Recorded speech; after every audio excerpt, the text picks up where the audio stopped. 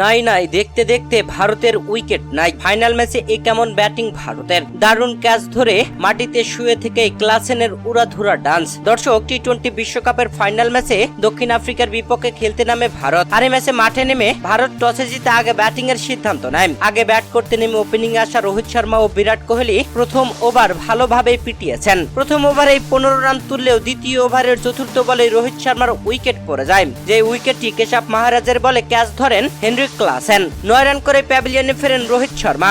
One down আসা Rishabh Pant golden ডাকে প্যাভিলিয়নে ফেরেন এই ওভারের শেষ বলেই। দশক পরপর দুটি উইকেট তুলে নেয় কেশব মহারাজ। চতুর্থ ব্যাটসম্যান হিসেবে আসা সূর্যকুমার যাদব ভালো খেলতে পারেননি। দলীয় পঞ্চম ওভারে রাবাডার করা তৃতীয় বলে সজোরে মেরেছিলেন, তবে সীমানার কাছ থেকে দুর্দান্তভাবে ক্যাচ ধরেন হেনরিক ক্লাসেন। ক্যাচ ধরে তিনি ড্রাইভ দেন আর মাটিতে শুয়েই যেন অন্যরকম উল্লাসে মেতে ওঠেন। দর্শক, ভারত পরপর 34 রানে 3টি উইকেট হারিয়ে ফেলে। তবে এরপর আসা অক্ষর প্যাটেলকে নিয়ে ব্যাটিং করেন বিরাট কোহলি।